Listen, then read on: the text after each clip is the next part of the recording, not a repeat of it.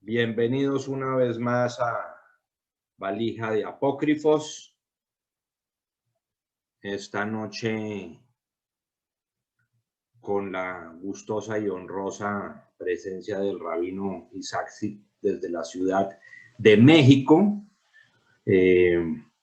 cosa que apreciamos mucho. Es que vemos que sumamos gente de diferentes latitudes. Y a la familia Croitoru que hizo posible esto también un agradecimiento sentido.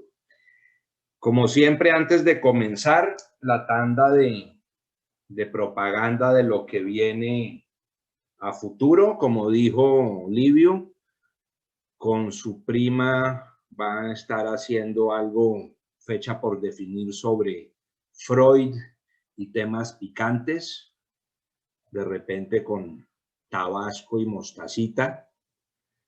De hoy en 8, el 22, profesor Marcos Pekel nos va a hablar de judíos en los movimientos progresistas. El 29, desde Argentina, el juez de la República, Franco Fiumara, nos va a explicar por qué sí es factible juzgar a la República Islámica de Irán. El 5 de abril sigue pendiente de definir alguna actividad importante. Tenemos algunas listadas que toca definir inteligentemente. El 12, Dani Boll nos va a hablar sobre Colombia y la persecución a la iglesia protestante evangélica. El 19, también desde Argentina, Ariel Gelblum, que es director del Centro Simón Wiesenthal, nos va a hablar sobre la casa de nazis, ayer y hoy. Y también tenemos entre el tintero de Dani Boll otra que se llama De la teoría del reemplazo al sionismo cristiano, si podemos confiar en nuestros aliados evangélicos. Y bueno, a lo que vinimos esta noche, rabino Isaac Sitz es director de estudios judaicos del Colegio Hebreo Maguen David en la Ciudad de México. Tiene una maestría en educación, actualmente cursa su PhD en Yeshiva y hizo estudios rabínicos en el Kolel Avi Ezri y se describe como un apasionado de las enseñanzas del Rav Samson Rafael Hirsch. Tiene un blog con ese nombre, se llama Pensamiento Hirschiano, y hace cosa de 2 meses tuve el gusto de publicar en el blog un artículo que escribió el Rav, introductorio al tema de hoy. Y como novedad para la dinámica de hoy, el rabino me pidió comentar que quien quiera ir interviniendo a lo largo de la charla no se espere al final, sino vaya tomando el micrófono. Y de repente lo que podemos hacer es que me vayan escribiendo en el chat para darle cierto orden y que no haya cacofonía, pero bienvenidos a ir interviniendo y haciendo preguntas durante la charla. Sin más, Raf, el foro es suyo. Muchas gracias por estar con nosotros. Buenas noches, Raf. Bueno, igual como decía, es un gusto poder compartir con hermanos latinoamericanos, tener estos foros que la pandemia ha dejado como cosas positivas. Una de estas es haber conocido a Jack, a Manuel, sin duda, que ha sido un gran placer, y hoy poder estar aquí con ustedes. Después de oír todos los anuncios de Jack, me siento un poco más intimidado de que las próximas pláticas y las pasadas son mejores que estas, así que tengan como expectativas moderadas, porque me empiezo a poner nervioso.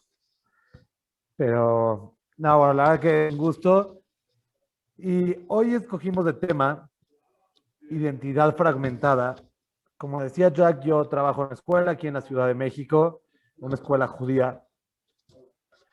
Y cuando nosotros empezamos a plantear, digo, no empezamos, la escuela tiene más de 40 años, pero cuando yo entré a la escuela y trataba de hacer lógica en mi mente, si digo alguna expresión muy mexicana y no la entienden, me detienen, por favor.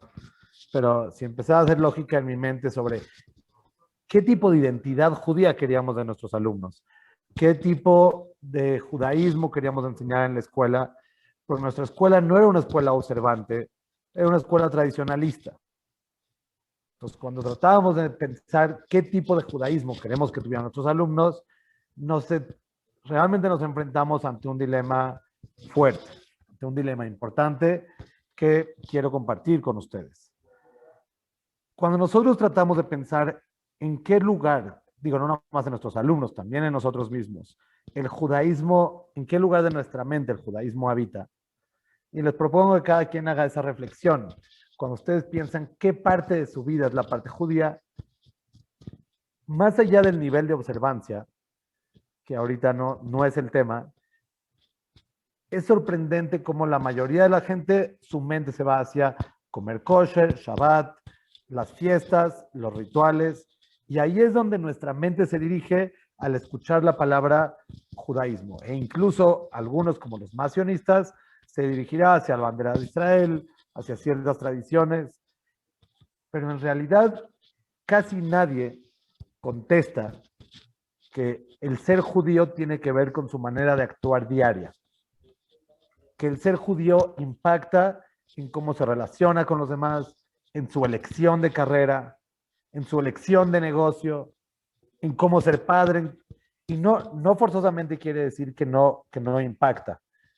Lo que ahorita propongo, o mi hipótesis es que en realidad nuestra mente está disasociada una parte con la otra o compartimentalizada, de manera que el judaísmo se encuentra en un área y mi vida regular y diaria se encuentra en otra. Y esto es muy interesante, que pasa a pesar del nivel de observancia y a pesar de la corriente que uno elija. Porque en realidad el judaísmo se ha mantenido de esta manera como aislado.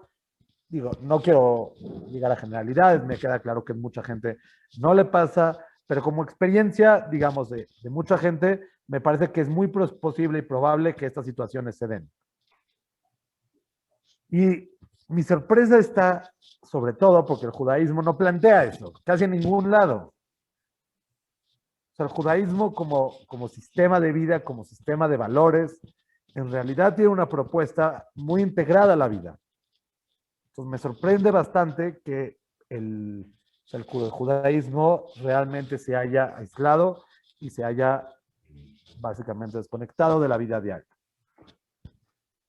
Esto no es nada más en la parte práctica, o sea, en la parte de la inspiración o de la filosofía, o sea, no nada más de que el judaísmo no aporta, sino que me parece que hay una parte que también juega a la inversa. Es decir, que cuando nosotros analizamos el judaísmo, no usamos nuestra mente diaria.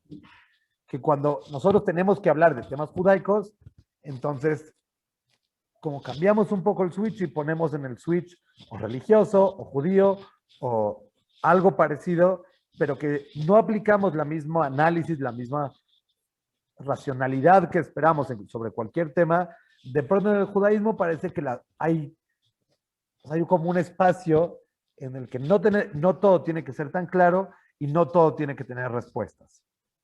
Entonces ahí es donde se va creando un abismo entre dos partes de la mente, entre la parte religiosa y judía y la parte secular y lógica.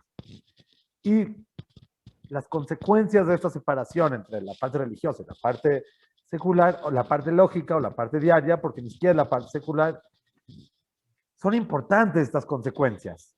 Una consecuencia para el judaísmo es que la gente empieza a aceptar cualquier idea judaica sin pasar por un filtro de la razón. La gente se le puede proponer ideas en nombre del judaísmo que no aceptaría en nombre de cualquier otra autoridad, y como es una parte de una religión, de una cultura, simplemente las acepta. No, digo, una que escribí en mi libro, y por eso justo escribí el libro sobre eso, me parece, es el tema de la esclavitud. ¿Sí? No importa en qué foro y en qué país, hoy en el siglo XXI, nadie podría decir que la esclavitud está bien. Nadie. Tuvimos siglos de sufrir eso, historia, en general en el mundo, diferentes razas. El último, digamos, la última experiencia serían los afroamericanos en Estados Unidos, que la tenemos más cerca, esa historia.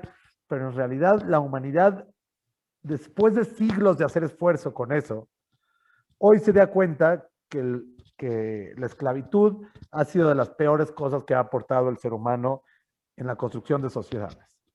Eso está claro.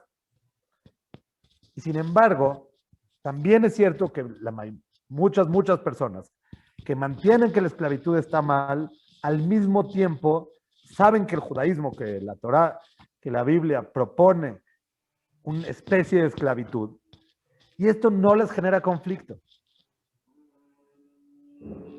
Y eso, más allá de la respuesta que pudiéramos encontrar para armonizar estas dos ideas, lo que a mí me llama la atención no es la respuesta, sino la ausencia de la pregunta. ¿Cómo es que todos tengamos tan claro que la esclavitud está muy mal? Por otro lado, que el judaísmo, que lo consideramos algo justo, noble, moral, o sea, todas las palabras como buenas, y de pronto tenga la esclavitud y no nos haga ruido. Entonces, para mí la respuesta es que en realidad las dos ideas no habitan en la misma mente. Una idea habita en una del lado de la mente y la otra habita en el otro lado. Y ahí es cuando me refiero que cuando las ideas no están conectadas, cuando mi mente normal no aplica el judaísmo, entonces me compro ideas en nombre del judaísmo, las acepto sin haber pasado lo que yo, o sea, el criterio que utilizo para otras cuestiones. Y por lo tanto el judaísmo deja de ser relevante en muchas cuestiones. Porque no me lo tomo en serio, me lo tomo nada más como una idea por ahí random, como interesante, pero que no aplico el rigor de la lógica. Y ahí me parece que hay una pérdida. Y la segunda pérdida, que es, como dijimos, del otro lado, cuando mi vida deja de alimentarse del judaísmo, cuando la carrera universitaria que elijo, cuando mi trabajo, o sea, a lo que decido dedicarme, la manera en que educo a mis hijos, los valores que elijo, no se alimentan del judaísmo, porque el judaísmo solamente se dedica a rituales y a fiestas y a como ciertas prohibiciones alimenticias. Entonces, eso genera que lo que sí podría aportarnos el judaísmo, que su vasta estatura moral del judaísmo, de sus valores que han ido permeando a la sociedad occidental cada vez más y han ido aportando tanto al mundo, dejan de aportar, porque yo nada más relego el judaísmo a la parte ritual. Ahora, hasta este punto, digo, quiero seguir, pero ¿alguien tiene algún comentario, preguntas? ¿Vamos bien? Imagino, sí. Si ahí puedo meter la cucharada a un concepto que le escuchaba un rabino acá en Miami hace algún tiempo, es la dicotomía entre valores judíos y valores de judíos, ¿no? Que creo que viene al lugar. Si uno ve las estadísticas, encuestas del Pew Research acá, ¿no? ¿Dónde está la población judía en temas sociales, en temas filosóficos, y lo diferente que es de la ortodoxia judía esas posiciones, ¿no? Precisamente en esos temas que menciona. Claro, y ahí digo, Jack, me parece algo muy interesante, porque la ortodoxia primero tiene este reto, ¿no? La parte de incorporar los valores a su vida. Y para los que somos, o sea, para las instituciones, digo, no yo en lo personal, pero las instituciones que no son tan observantes, son tradicionalistas, y ahí tenemos un reto mucho más difícil, porque los valores acaban siendo valores occidentales, y la observancia judía es algo que no se promueve. Entonces, ahí es en ese dilema que tenemos a cientos y miles de jóvenes que ¿qué les enseñamos de judaísmo? Si los valores son valores occidentales y la observancia no es algo que se espera promover, entonces, ¿qué sí es el judaísmo? ¿En dónde queremos que enraice su identidad judía? Si les Pero estamos quitando...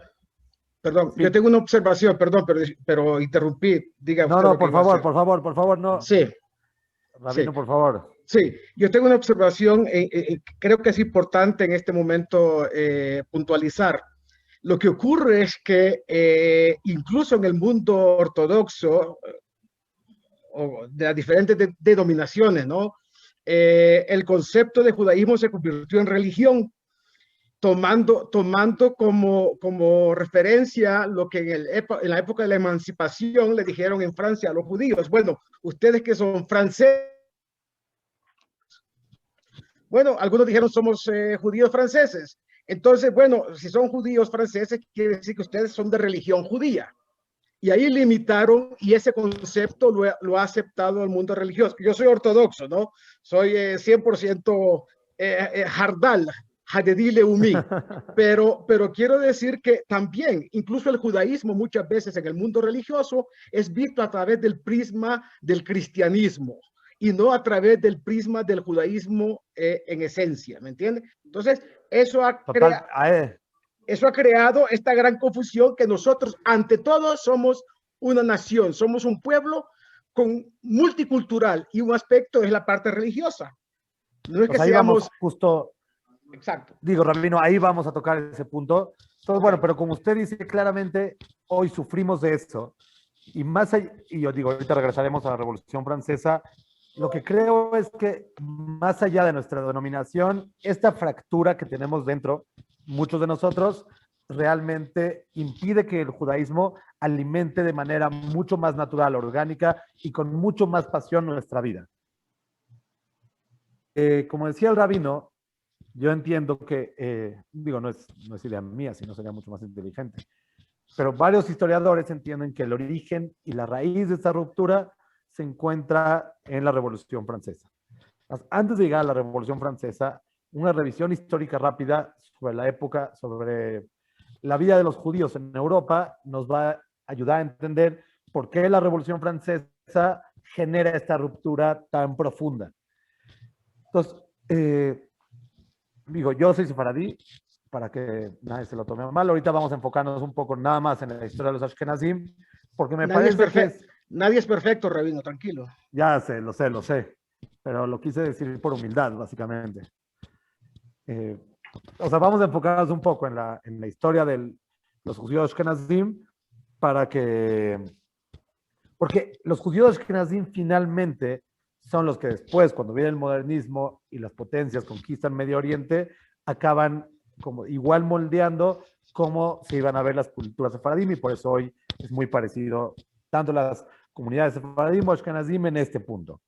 Entonces, hasta 1096, hasta la época de la Primera Cruzada, ¿no? En realidad, los judíos, ¿no? Que tenemos la época de los Geonim, de los Geonitas, no sufrían de esto que hablamos de la ruptura entre un judaísmo y la vida diaria, sino se vivía integrado. Tenemos ejemplos varios, como la filosofía de Rav Saadia Gaon, y de varios ejemplos de ellos que en realidad podían integrar el conocimiento general con el conocimiento judío.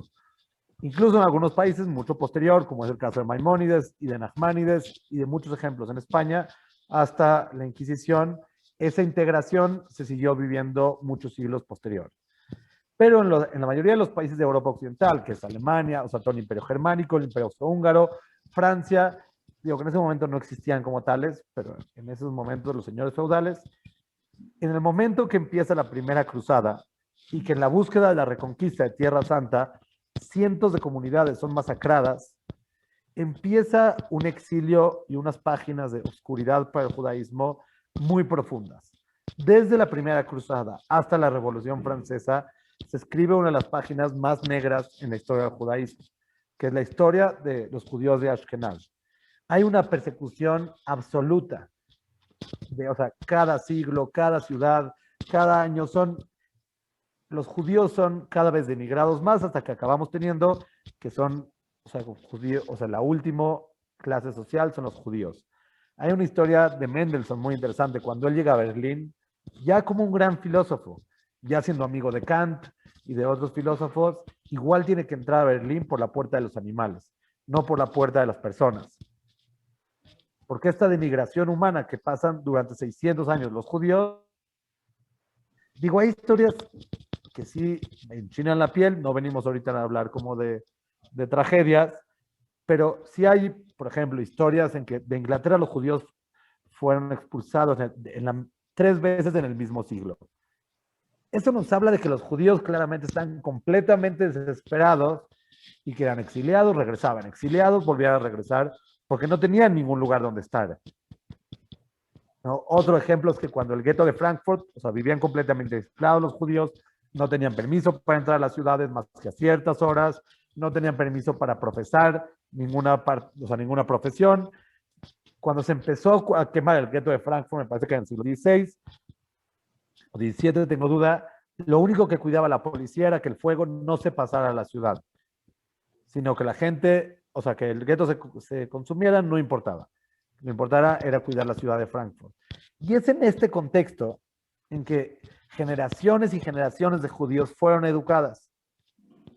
Entonces, este judaísmo, en esencia, como dice el rabino Yerushalmi, que realmente es apasionado, un sistema de vida, de repente empezó a extinguir su llama, porque por ser judíos tuvieron que completamente replegarse de la vida. Entonces, ¿a qué alimentaba este judaísmo? A mejorar un mundo, a luchar por una sociedad mejor. ¿Cómo lucho por una sociedad mejor que me oprime y que no me deja participar en ella? ¿Cómo puedo elegir mi profesión en base al judaísmo cuando no puedo elegir mi profesión por ser judío?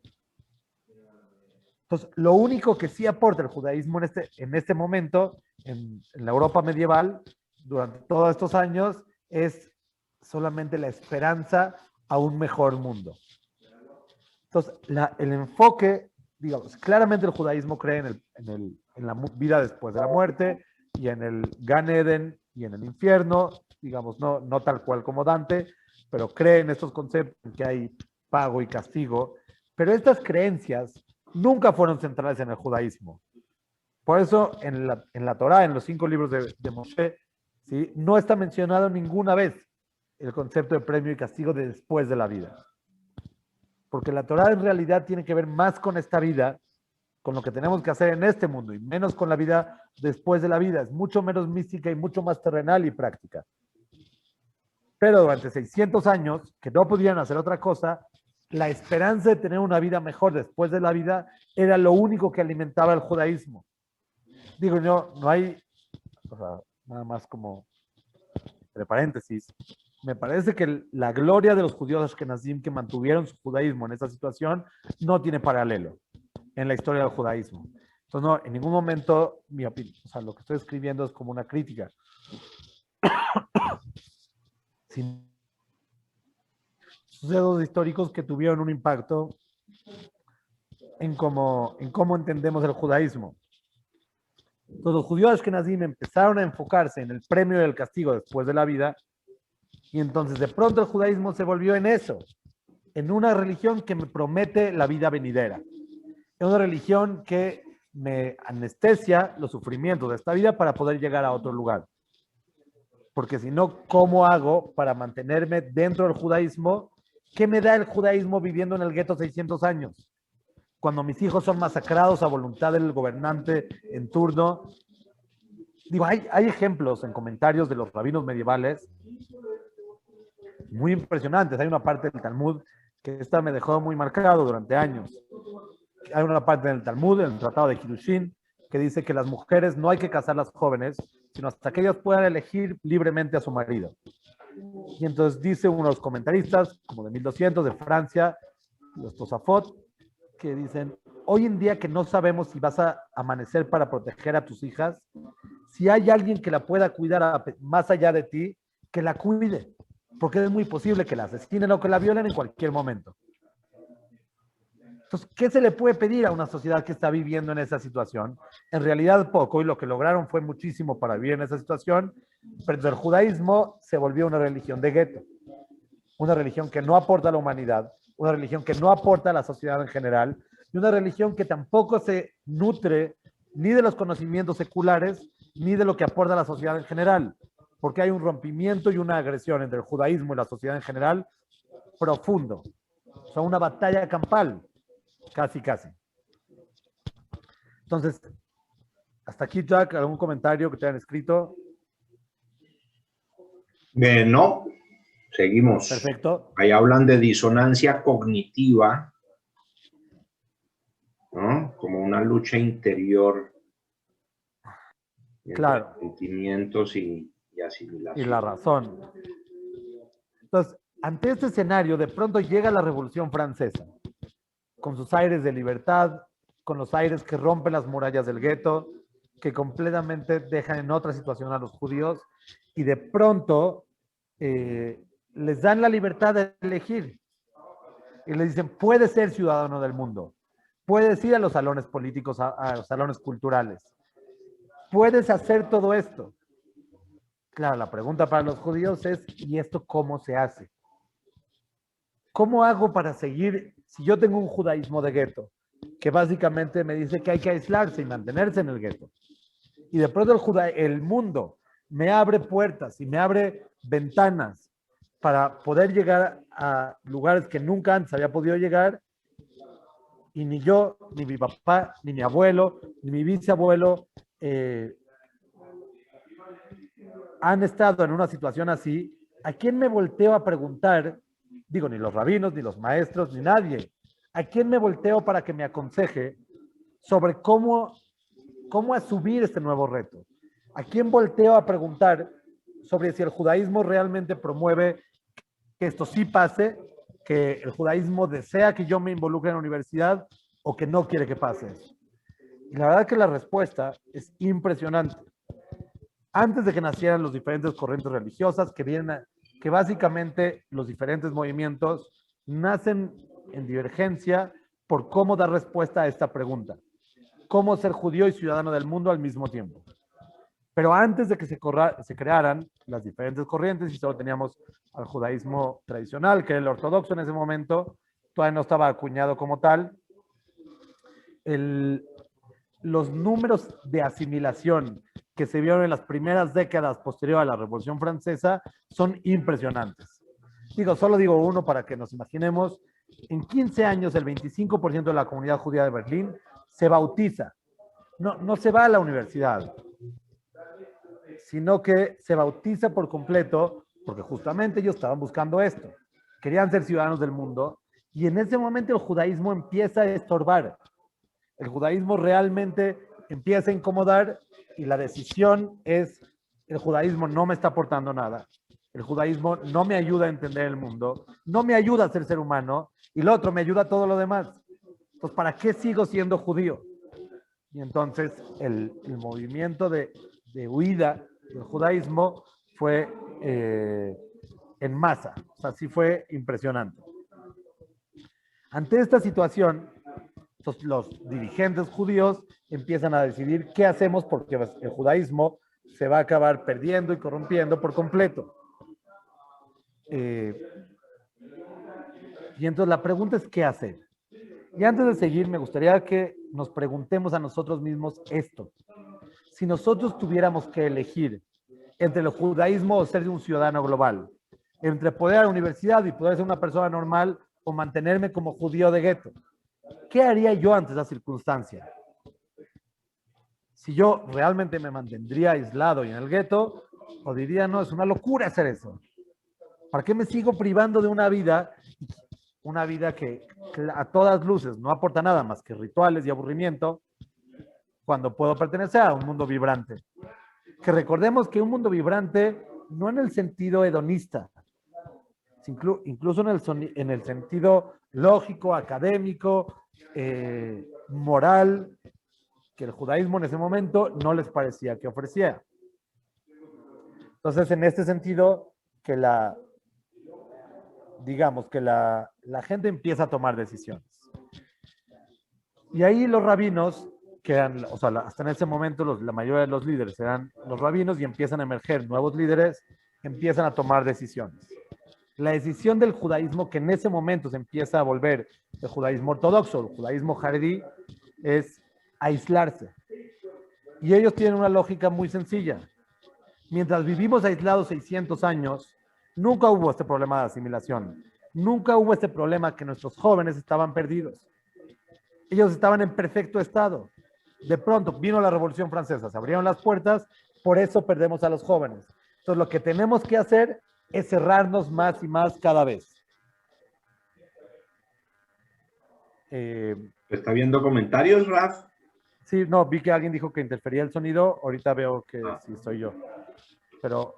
No, está bien, acá lo escuchamos bien. Sí. Acá estaban preguntando si vamos interrumpiendo. Vicky Estrella. Sí. Vicky, ¿quiere hacer su pregunta, su comentario? Y luego Aarón Shapiro. Sí, perfecto. Vicky. Bueno, Aarón. Aló, no, solo es una curiosidad, por eso lo escribí. Y es que pues yo por años no soy judía, pero me interesa mucho el punto a nivel de interreligioso y siempre escucho que no hay judío religioso. Y pues veo que Ra acaba de informarme una pista de que sí hay una religiosidad judía que no aporta hoy en la actualidad.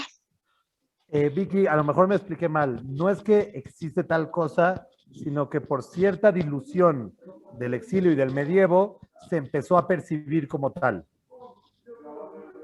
Ok, sí, me despeja de esa duda. Muchas gracias. Sí, perfecto. Y Aarón, ¿quieres decirnos cuál es tu duda? A ver, no es exactamente duda. Lo que quería era decir que en el caso de Polonia, por ejemplo, los judíos tenían un autogobierno. No solamente a nivel personal, los judíos no eran juzgados por las cortes polacas, sino por las cortes judías. Así que desde ese punto de vista no era que eran solamente del gueto. En el caso de España, a mí se me hace, esto es una opinión que vengo trayendo ya hace bastante tiempo, es de que en España había una decadencia en la sociedad judía. Las conversiones no llegaron en 1492 cuando sale la Carta de Granada, sino que venían de mucho antes, ¿sí? O sea, las conversiones en España tenían debilitada la comunidad. Hoy en día hablamos de que Sefarad, pero Sefarad venía hacia abajo. Claro, totalmente, señor Aarón. Y en el caso de lo de Polonia, que comenta, sin duda, este mismo autogobierno que existía en varias comunidades en general, también en Europa Oriental y en Europa Occidental, esas comunidades hablan de cómo estaban aisladas tanto que tenían casi su propio sistema judicial y político, porque no eran o sea, no eran parte de la sociedad, sino al revés. Con tal de no tratar con ellos, los reyes les daban o sea, entre el tema de los préstamos bancarios y el tema de mantenerlos aislados, los reyes por eso decidieron mantenerlos en guetos, dándoles esta autonomía. Pero entonces, digo, como comentaba, ante este dilema, el movimiento que se empieza a confirmar como el ortodoxo empieza a tomar decisiones de aislar más. Hay un evento que no es en Europa Occidental, pero me parece muy ejemplar de esta corriente, que es la yeshiva de Volozhin, en Rusia, en Ucrania. La verdad que hay fallo porque cambió varias veces de país. Hay una historia, una leyenda que en realidad no pasó. No hay datos históricos que la corroboren, pero solamente la existencia de la leyenda nos alumbra sobre exactamente qué es o sea, sobre qué estaba pasando. Entonces, en la yeshiva de Volozhin se cuenta que la policía del zar fue y les dijo, tienen que enseñar conocimiento secular. Y en ese momento la yeshiva decidió, si vamos a tener que meter otro conocimiento más allá del judaísmo, es preferible que la yeshiva cierre a que enseñe eso.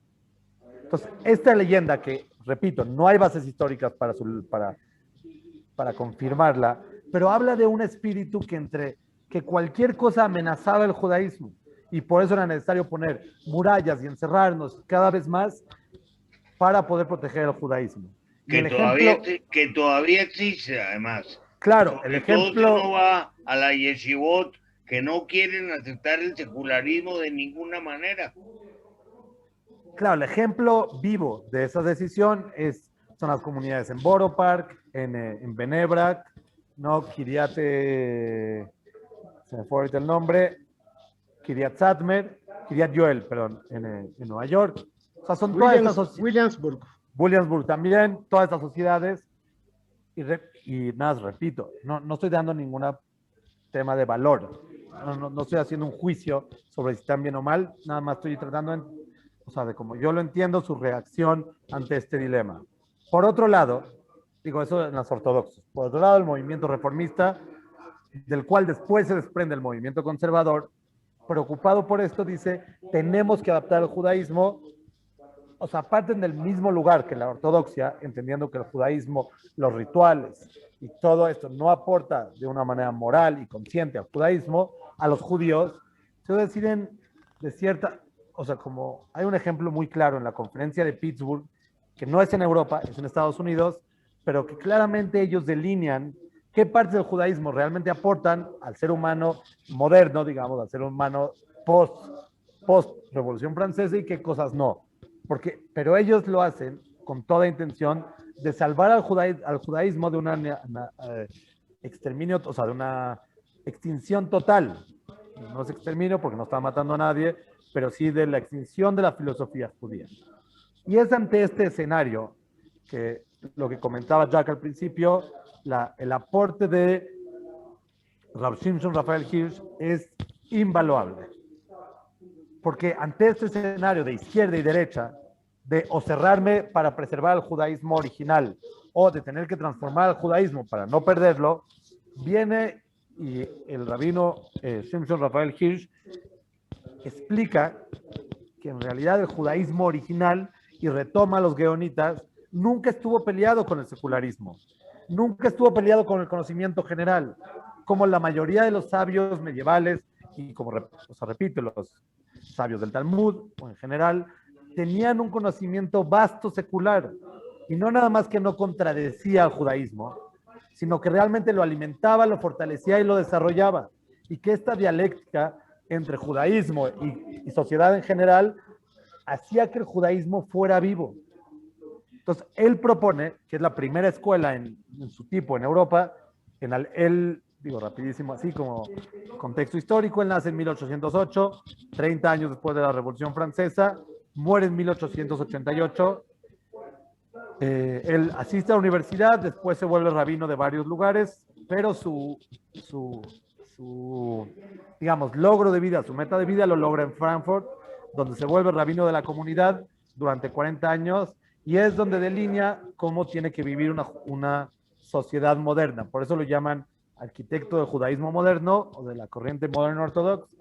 Sin embargo, él claramente en sus escritos, lo que él propone es que él estaba retomando un judaísmo de muchos siglos atrás. Él no venía a innovar en el judaísmo, sino venía a quitar, digamos, las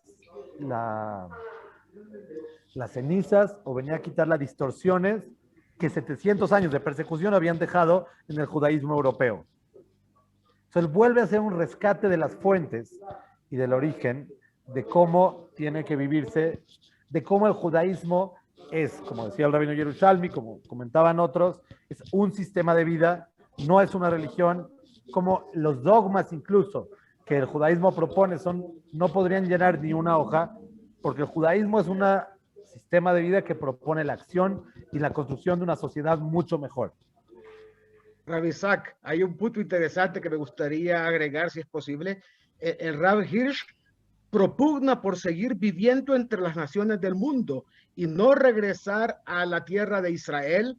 Él no era, entre comillas, sionista en el sentido de que hay que retornar a Eretz Israel, sino que si Dios quiere que estemos entre las naciones, debemos de quedarnos entre las naciones e interactuar con ellas. Y por eso él fue miembro del Parlamento alemán. Él era miembro del Parlamento alemán y fue políticamente muy activo en ese sentido. Sí, de hecho, o sea, promovió varias legislaciones. Digo, el tema del sionismo del rabino Hirsch es un poco complejo. Él habló de eso antes de las primeras Aliot, pero digamos, es todo un tema que necesitaríamos otra charla para hablar sobre eso. Pero digo, más allá de hablar del rabino Hirsch, lo que hoy a mí me aporta su visión, y es por eso que el blog y el libro, es que cuando yo en lo personal, como individuo. Tengo que analizar los conocimientos judíos y puedo aplicar mi mente que aplico para analizar política, para analizar psicoanálisis, para analizar cualquier tema. El judaísmo se vuelve mucho más real. Porque entonces de pronto esta burbuja y esta ilusión que hay que proteger al judaísmo se revienta porque el judaísmo no necesita protección. El judaísmo tiene una filosofía tan rica y tan clara que uno cuando busca respuestas la va a encontrar. Solamente necesita ver como un estudio responsable, como en cualquier otro tema. Pero no necesitamos, o sea, hay un ejemplo, una analogía que hizo Rav Hirsch sobre esta situación del judaísmo, y él dice, dos generaciones se confrontan.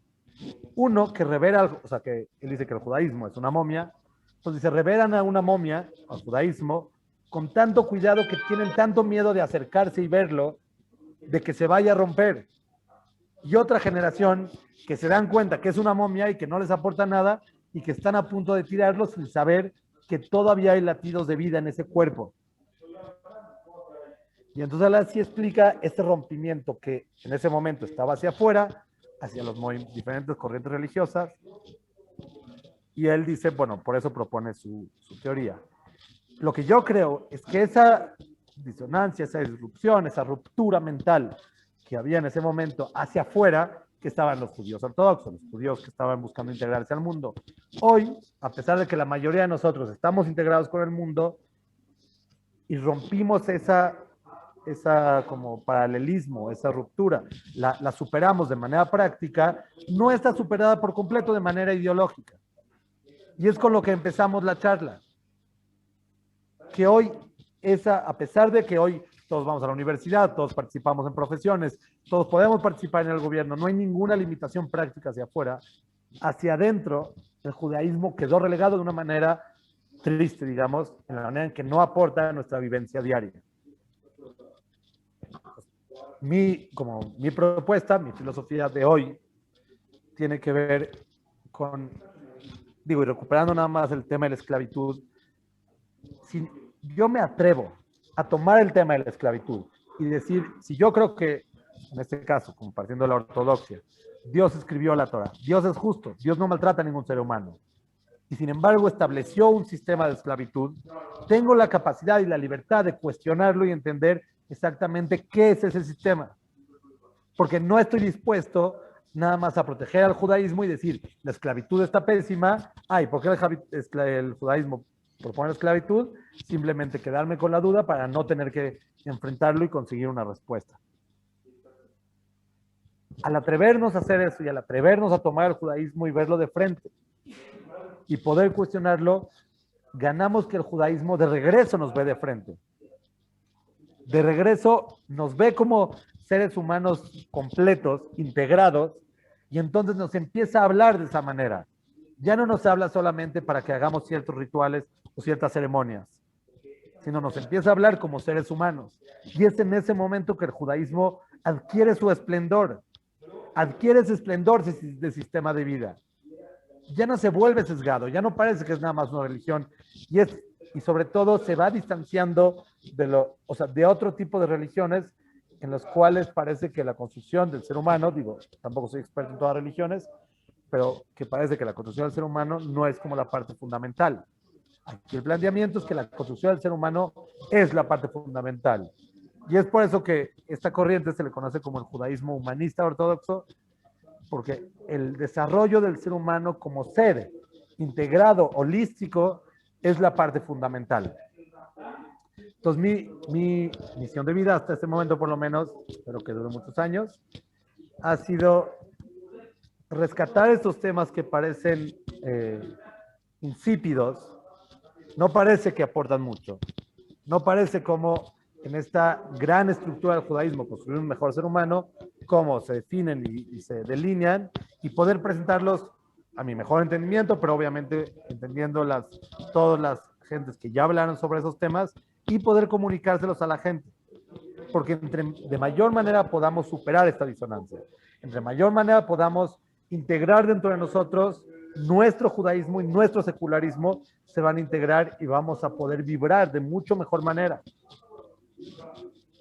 Por poner otro ejemplo, más allá de la esclavitud, otro tema que hablo en el libro es el tema de la monarquía.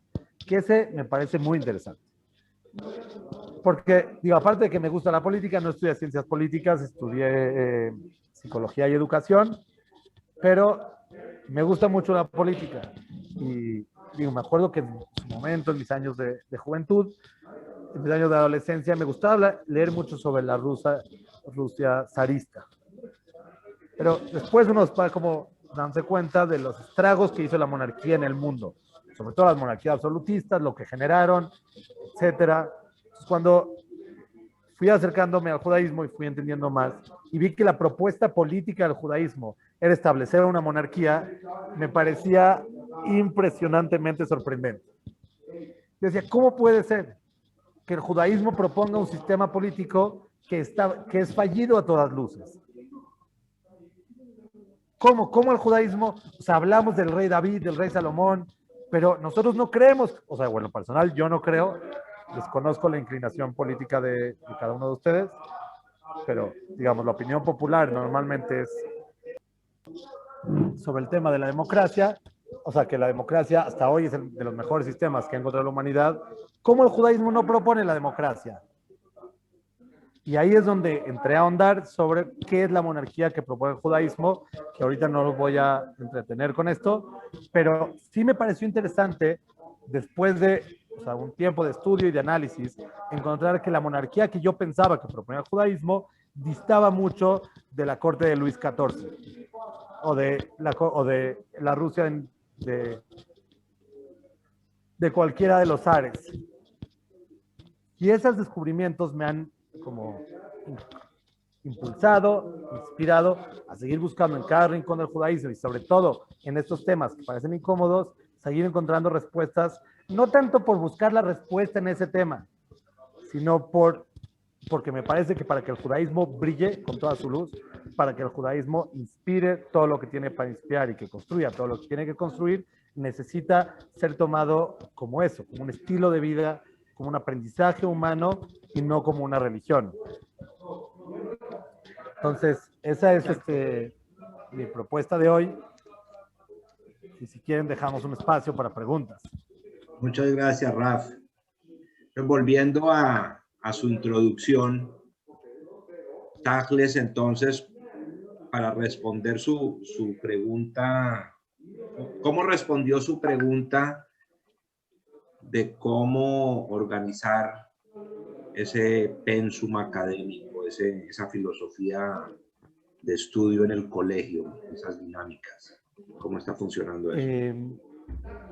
Entonces, hoy en el colegio lo que planteamos más allá de la observancia es que los valores morales, la inspiración y como la justicia, la verdad, el amor, la honestidad, todos esos valores queremos que nuestros alumnos los aprendan, no a pesar de ser judíos, sino gracias a ser judíos.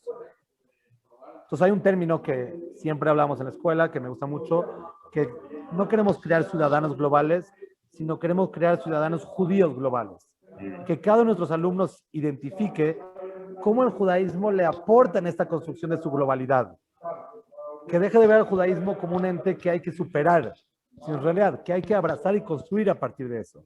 Entonces la mayoría de nuestras currículas están enfocadas a entender los valores del judaísmo, entender estas personalidades del judaísmo y cómo me inspiran, y la sabiduría del Talmud, que no nos enfocamos en la parte ritual, sino en la parte que tiene que ver más de la vida diaria entre el hombre y su prójimo. A mí personalmente me llama la atención, o me llamó la atención como estudiante del colegio, y confío no ser indiscreto acá, pero por ejemplo, el concepto de Tikkun Olam no fue algo que se trabajó, se explicó, se desarrolló con intensidad. O sea, eso fue un concepto posterior en la educación. Y me parece que, pues, si me pregunta mi forma de llevar el judaísmo, para mí ese es el pilar fundamental. Claro, ya completamente de acuerdo. Y digo, el concepto de Tikkun Olam se empezó a popularizar en la corriente hasídica, que tenía que ver con un Tikkun Olam desde una manera metafísica. Pero el judaísmo en origen, esto de ser la luz de las naciones, en construir una sociedad ideal, eso no importa más allá del término, estaba claramente delineado en el judaísmo. Lo que yo creo es que se perdió en esta travesía del medievo, en el que no había mundo que arreglar, porque el mundo me quería matar. Entonces estaba difícil inspirar a gente que me perseguía. Pero sí, valga la pena hacer la aclaración. Yo bastante distanciado del mundo hasídico. O sea, para mí Tikkun Olam desde un punto de vista de pragmático. ¿Sí? Sí, totalmente. O sea, por eso digo, más allá de la acuñación del término, el judaísmo cree en eso profundamente. O sea, nuestros patriarcas, vemos a Abraham peleando por Sedom y preocupado, vemos a Dios preocupado por la ciudad de Nínive y mandando al profeta Jonás. En realidad tenemos por donde volteemos y en la historia que veamos de la Biblia, vemos una preocupación absoluta por la humanidad y porque los valores morales se desarrollen y crezcan. Entonces sí es interesante que esto se fue como perdiendo y tuvo que pasar mucho tiempo hasta que volviera a renacer. Y para que ese Tikkun Olam no parezca algo apologético del judaísmo, no, o sea, los judaísmos, para decir que el judaísmo sí está como en moda y tiene una agenda progresista, es importante que ese Tikkun Olam esté atado a las fuentes del judaísmo y a la raíz del judaísmo y que no parezca que nada más queremos presentar el judaísmo de una manera popular para que suene bien, porque esa no es la intención, sino que el judaísmo en su origen tiene este tema de mejorar el mundo y de la construcción de una sociedad ideal. Un detalle, Rabito, un detalle es que el Talmud habla de Tikkun Olam, que los Jajamim establecieron una época del año para que los Talmidim que estaban estudiando con sus maestros a la yeshiva pudieran dedicarse un cierto tiempo en el año a arreglar caminos, a arreglar puentes, a arreglar lugares que iban a redundar en un mejor sistema de vida para las personas o calidad de vida para las personas. Hoy ese concepto de Tikkun Olam, sobre todo en los judíos progresistas, comillas, es que desliguémonos del judaísmo tradicional y tomemos el concepto para ser pro humanidad, para ser universalistas y para, en fin, todos los conceptos que el mundo progresista está mencionando. Pero claro, esto es tergiversar un poco el concepto, ¿no? No, yo lo que creo es que no hay que tergiversar el concepto, sino hay que agarrarlo en su origen.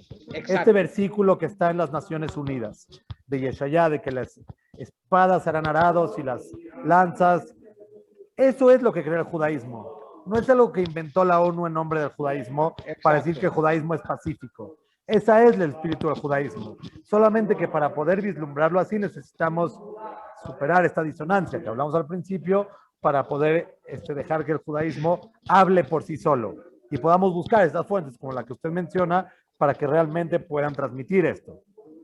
Correcto. En esa clase de liberalismo, hasta cierto punto, no está promoviendo la asimilación.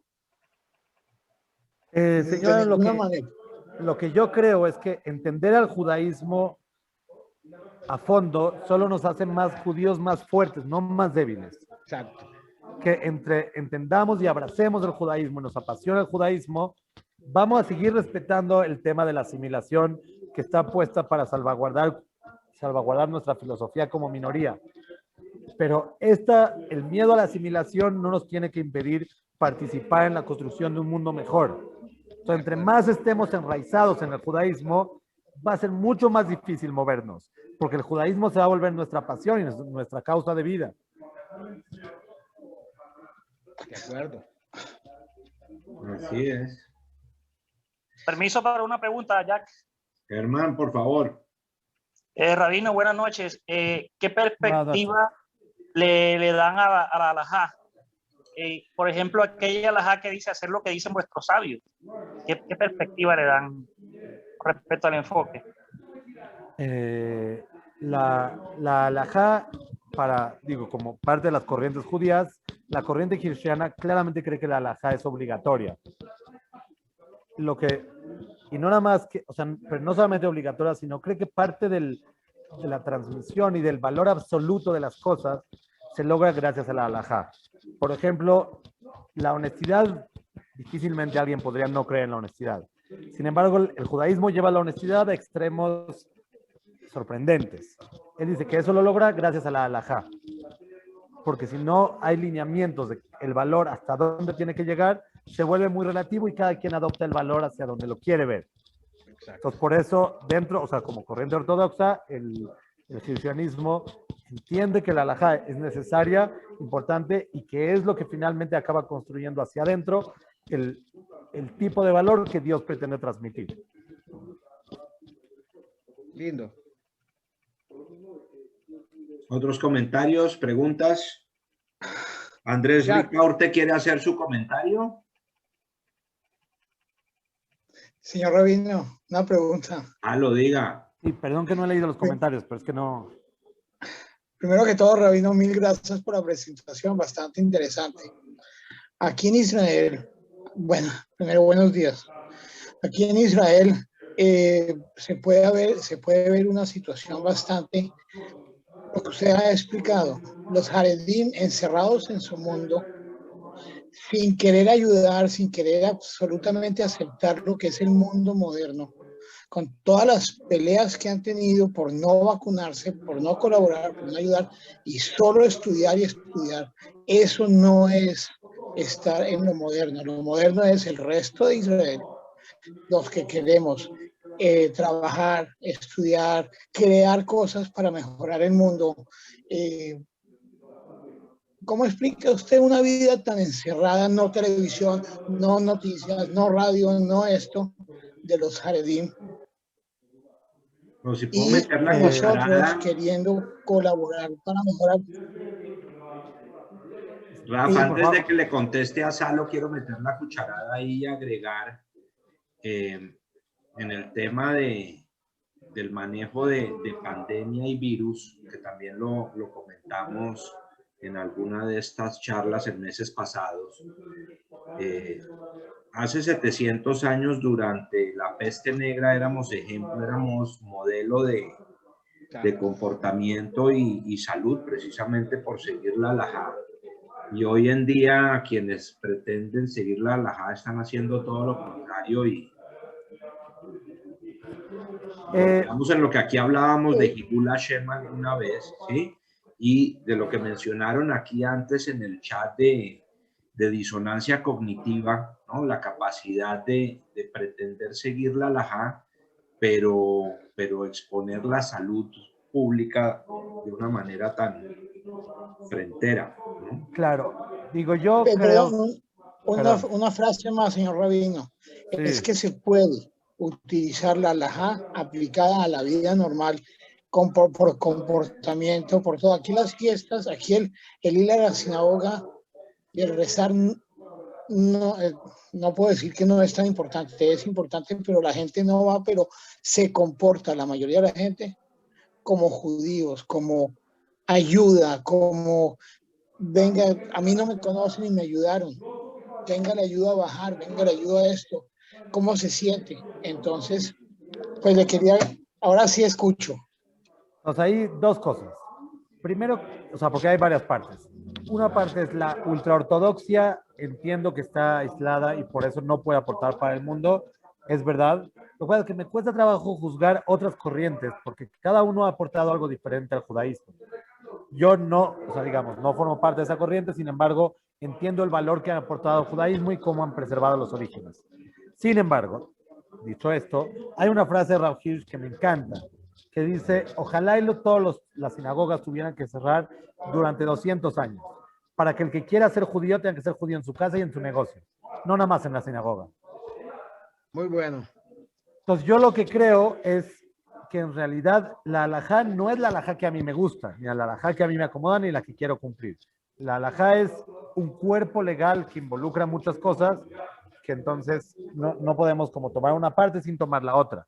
Digo, no que todos tengamos que... O sea, me refiero, entiendo que todos somos humanos, pero como sistema, solo quedarme con una parte de la halajá es desvirtuar el judaísmo. Y sí creo que hay que tomarlo de manera integral. Exacto. Entonces, no es como, estas halajot me protegen o me acomodan o algo, y por eso las tomo, no. El cristianismo lo que propone es justamente al revés, sino tomarlo de manera integral y apegarme a la halajá. porque entiende que la manera holística en la que la halajá acompaña al ser humano realmente le permite crecimiento. Hay un filósofo que dijo, no construyan esas sinagogas tan grandes para mí porque yo estoy en todas partes. No tienen que ir a la sinagoga a rezarme. Pueden rezar en su casa, rezar en donde sea. No se centren en cosas materiales para el judaísmo. El judaísmo está en todas partes. Claro. Sí, totalmente. Totalmente. En el judaísmo, el Betacneset o la sinagoga ni siquiera es un lugar original, sino es un lugar que se crea a partir del exilio. No, o sea, estaba el templo de Jerusalén, el Betamigdash, que era visitado solamente 3 veces al año, no más. Porque el judaísmo tenía que ser una cuestión de vida, no una cuestión de templo. Exacto. Muchas gracias. Rabino, yo quisiera anotar algo que el Rav Kook, Rabbi Abraham Isaac Kook, dijo sobre el tema que usted mencionó de tanto la monarquía como la monarquía como la esclavitud. El Rav Kook dice que la esclavitud, lo que hizo la Torá fue regularla y humanizarla, dado que fue el hombre el que de alguna manera se inventó la esclavitud. Alguien tenía que regularla. Y segundo, el tema de la monarquía, el Rav Kook dice que la Torá, Belashon Hoved Dibra, quiere decir que lo que había en esa época conocido era el rey, pero no descarta un presidente, no descarta, digamos, un primer ministro, no descarta diferentes tipos de régimen democrático o de otro tipo, ¿no? Lavdafka monarquía. Rabino, ahí la que no quiero entrar como tan a detalle, lo invito y me encantaría, si me hace el honor de leer el libro. Hay las dos opiniones están citadas en el libro. Qué bonito. Sí, la verdad que le agradezco.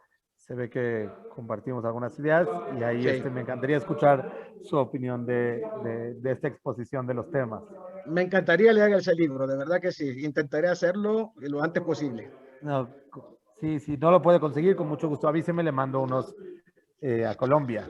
Ok, sería interesante. Mil gracias.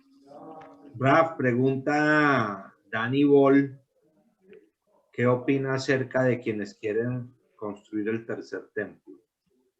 Digo, que mi opinión es un poco irrelevante en eso porque es un tema como muy amplio. Lo que yo me pregunto, que eso sí me atrevo a opinar, es ¿por qué? O sea, que esta obsesión con el templo, con el Mashiach, el Mesías y todo, nos habla de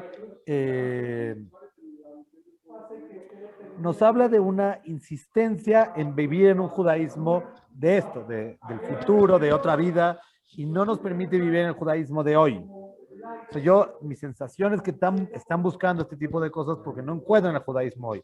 Entonces, mi propuesta es encontrar el judaísmo en lo que hay. No puede haber un templo, puede haber un tercer templo, lo deseamos, pero no es necesario un tercer templo para tener un judaísmo que realmente esté promoviendo y construyendo. Relegar el judaísmo al templo es claramente limitarlo. No es hacerle honor, es limitarlo. No, de por sí, personalmente, a mí todos esos temas apocalípticos me alienan, ¿no? Mesías y tercer templo son su máximo exponente. Gracias, Rab. Pero precisamente el Talmud da una respuesta a eso. Al crear la sinagoga. Entonces son como templos móviles. No se necesita el templo en Jerusalén, porque en cada sinagoga hay hasta cierto punto un templo. Claro, señor Aarón, ahí la pregunta es si la sinagoga tiene un sentido santo, como de ir a consagrarse, digamos, o tiene un sentido educativo más que nada. La pregunta es si vivimos para llegar a la sinagoga o vamos a la sinagoga para poder aprender cómo tenemos que vivir. Y ahí, la respuesta del Rabino Hirsch es clara, que nosotros vamos a la sinagoga para aprender cuáles son los valores divinos y las enseñanzas, que poder salir de la sinagoga y aplicarlas en nuestra vida. No es que sacrificamos nuestra vida para poder llegar a la sinagoga.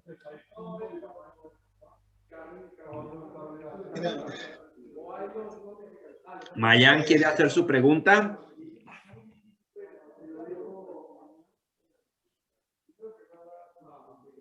Hello. La leo si quieres, Jack. Yo creo, Mayan, el tema de no quitar y no aumentar la Torá es porque desde, o sea, como lo entiende la ortodoxia, la Torá la entrega es la voluntad divina y nadie puede acotar a la voluntad divina.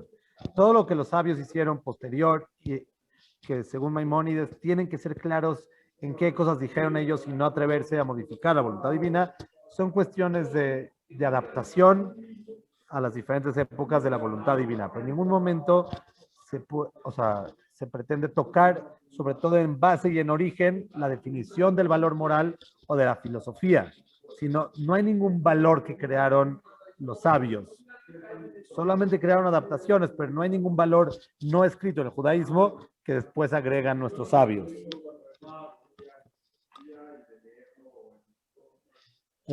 Muchas gracias, Camilo, por tu comentario. Y yo repito, porque esta palabra revolucionario me asusta, yo no creo que esto es revolucionario, sino creo que es el judaísmo en origen, ¿no? Que realmente está en origen. Esa era la propuesta de construir un mundo, o sea, que todos seamos soldados en la construcción de un mejor mundo. Para eso se creó el pueblo judío. Esta Pesaj vamos a tener en ya 10 días. La génesis y la gestación del pueblo judío fue para que hubiera un instrumento en la construcción de un mejor mundo. Pues ahí es donde para mí tenemos como que sumarnos. Ser luz ante las naciones, ¿no? Totalmente. Eso es. Y ahí esa luz entre las naciones, más que una luz soberbia, es una luz, como dice el Rabino Hirsch en uno de sus libros, que es con el ejemplo silencioso.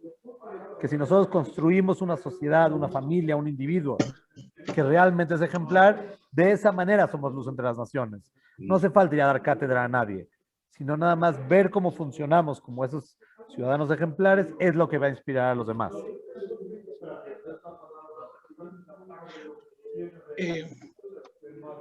Lo diga. Sí, no, que aquí en Israel no sé qué tanto se sale la información.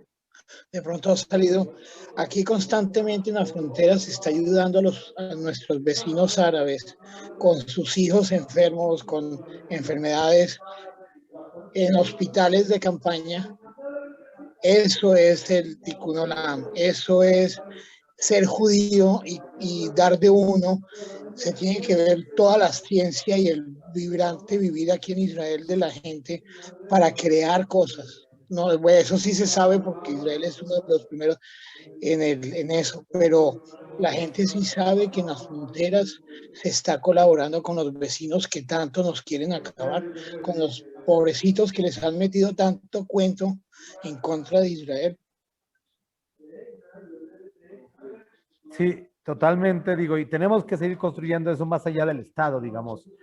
El Rabino Sachs tenía el Rabino Jonathan Sachs hablaba de cómo no hay que dejar esta construcción en manos del Estado, sino tiene que estar en las manos de los individuos, en manos de las sociedades, porque el Estado nunca puede suplir a la construcción social. El Estado por naturaleza no logra este tipo de cosas, porque centraliza el poder, sino nosotros como los seres comunes y corrientes son los que tenemos que hacer esa diferencia. Eso es el Tajlis. Muy bien. ¿Otros comentarios? Gracias, Rabino. Con gusto.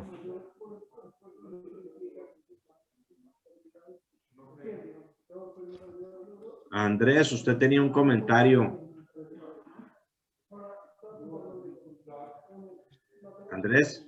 Sí, casi no logro conectar el micrófono. Fue una frase que curiosamente me llegó hoy. Si algún día tienes que elegir entre el mundo y el amor, recuerda, si eliges el mundo, quedarás sin amor, pero si eliges el amor, conquistarás el mundo.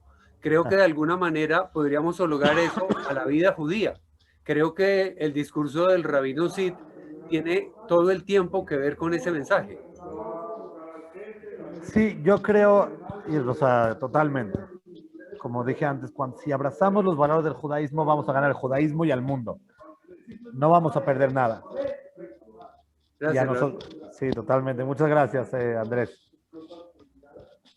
Yo quiero comentarles que realmente cuando Jack me compartió esta idea de este foro, que realmente es inspirador para mí compartir con ustedes. Ver gente que está buscando como el crecimiento, con una madurez intelectual y emocional, realmente es inspirador. Digo, lo digo por si después no me da tiempo de decirlo, que realmente si existieran más foros así, el mundo sería mejor, porque es gente que realmente está buscando construir. Entonces, me siento de verdad muy privilegiado de ser parte de no sé, de esta sociedad Gracias, virtual. Rafa, muchas gracias. Y después de ese comentario tan apropiado que Manuel haga su pregunta, ¿cuál es la actitud del Raf Hirsch hacia la educación laica y la ciencia? Manuel, muchas gracias. Quiero decirles que Manuel es un alumno estrella. O sea, sí es alguien impresionante. Pero justamente en esta propuesta de integrar al mundo, de establecer puentes, Rav Hirsch cree que la ciencia en general y cualquier tipo de judaísmo secular contribuye al judaísmo. Todos sus alumnos y sus hijos tuvieron una educación universitaria, ¿no? Y en realidad todas estas instituciones ortodoxas con educación laica como Yeshiva University, como la Universidad de Herzog, en Alon Shvut en Israel, parten de esta filosofía de que el judaísmo se enriquece, no se lastima del conocimiento general, lo mismo que la ciencia. Entonces se trata de aprender. Yo me acuerdo cuando estaba mucho más chico, obviamente, y entré a la Universidad Nacional de México a estudiar psicología, y todos me decían como, cuidado, te va a hacer cuestionar tu judaísmo, te va a hacer hereje. Y yo, o sea, no quiero exagerar, pero gran parte de mi conocimiento del judaísmo y mi tipo de pensamiento fue gracias a haber estudiado la filosofía y la psicología en la universidad, porque me ayudó a entender las propuestas judaicas, me ayudó a entender los contextos. Digo, ahorita en la época de Pesach, algo que hizo Rav Hirsch es que la magnitud de la liberación de un pueblo que estaba siendo oprimido no se puede entender si no entendemos el contexto social de las civilizaciones antiguas, que antes de la liberación del pueblo judío de Egipto nunca había pasado un éxodo parecido. Y es eso que se vuelve revolucionario históricamente, un fenómeno histórico, de que un pueblo que estaba siendo completamente oprimido logra obtener la libertad y edificar un pueblo. Entonces, todas estas cuestiones no nada más es algo bueno, algo que no pelea, sino que el conocimiento secular de la ciencia me permite entender mucho mejor el judaísmo. Esa es su propuesta, Manuel. Gracias, Rav. Rav, ¿nos quiere repetir, porfa, para todos los interesados, su página web, Instagram y demás? Claro, digo, está fácil porque son iguales. Mi Instagram es ravisaxit. Si me quieren mandar un mensaje, cualquier cosa, estoy a sus órdenes. El blog es ravisaxit.com, que está en Medium. Y bueno, y la dirección para pedir el libro, por ahí creo que vi que lo mandó Manuel. Entonces espero sus comentarios. Me encantará seguir en contacto con ustedes. Y sobre todo que podamos, yo sí creo en que cada vez, que eso comentaba con Jack al principio, cada vez que vamos expandiendo esta ola de este tipo de judaísmo, digo que yo creo fielmente, que cada vez que tocamos una mente, que establecemos un vínculo, vamos generando mayor fuerza para construir el mundo que esperamos construir entre todos. Entonces me encantará seguir en contacto con ustedes. Amén. Gracias, Raf. Maravilloso. Aquí el espacio es suyo para cuando guste repetir. Será un placer tenerlo de vuelta acá. Muchísimas gracias, Raf. Pues no sé muchas si gracias. ¿Quieren hacer algún otro comentario o pregunta? Agradecerte a ti, Jackie. Sí, todos le agradecemos a Jack por darnos la oportunidad de estar juntos. Y de aprender. Totalmente. Todos, esta es una bonita familia. Ya vamos para el año del blog. 30, ya pasamos de 30 charlas. Gracias, Raf. Con mucho gusto, un gusto, Raf, señor Aarón. Raf, para que sepa, y confío no haberme saltado destinos, pero en este momento pues tuvimos más de 60 personas que nos acompañaron, no solamente ahí desde su México lindo y querido, acá varias ciudades en Estados Unidos, en Colombia como 5 diferentes, Río de Janeiro, Santiago de Chile, Israel, Panamá, Costa Rica, variadito. Naciones Unidas. Eso es lo que llamo un público multicultural unido por una causa. República Dominicana. ¿Quién es República Dominicana, Aida? ¿Cuándo nos va a visitar de vuelta? Cuando afloje la pandemia, pero sí, estoy queriendo ir ya. Pero esperemos que Jack organice una plática físicamente para que podamos conocernos todos y estar compartiendo espacio. Hacemos un Fabrengen. Es un Fabrengen. Estoy distanciado de ese mundo así. Jackie, ¿qué pasó con Limut este año? Venga, le digo la palabra clave. COVID.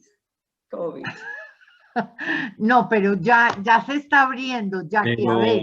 bueno, fíjese, ya aquí se han organizado más charlas que las de un Limut tradicional. Entonces, de alguna manera ha habido compensación. Pero gracias por la pregunta y por el indirectazo, Rosita. Tan pronto, lo hagamos presencial, el Keren Cayeme tendrá su stand privilegio. Claro. Ni más faltaba. Sí, muchas gracias, Rab. Muy interesante la conferencia. Con gusto, me siento muy afortunado, gracias. Rafa, acompáñenos el próximo lunes para seguir aquí con temas de Tikkun Olam. Vamos a tener una charla sobre judíos en movimientos progresistas. Va a estar interesante. No, Mandela, Rosa Luxemburg, Martin Luther King y demás. Noam Chomsky. Noam Chomsky. Ay, Dios mío. Tremendos judíos. Tremendos judíos. Señor. Cuando fui a hacer el arte de esa charla, no le pregunté al expositor, no le pedí permiso. Y entonces me tomé la libertad de escoger las fotografías de quienes iba a poner ahí, incluido obviamente a Noam Chomsky, a Bernie Sanders y demás. Y me gané unos chiflidos. Qué belleza de judíos de los que vas a poner ahí. ¿Sí o no?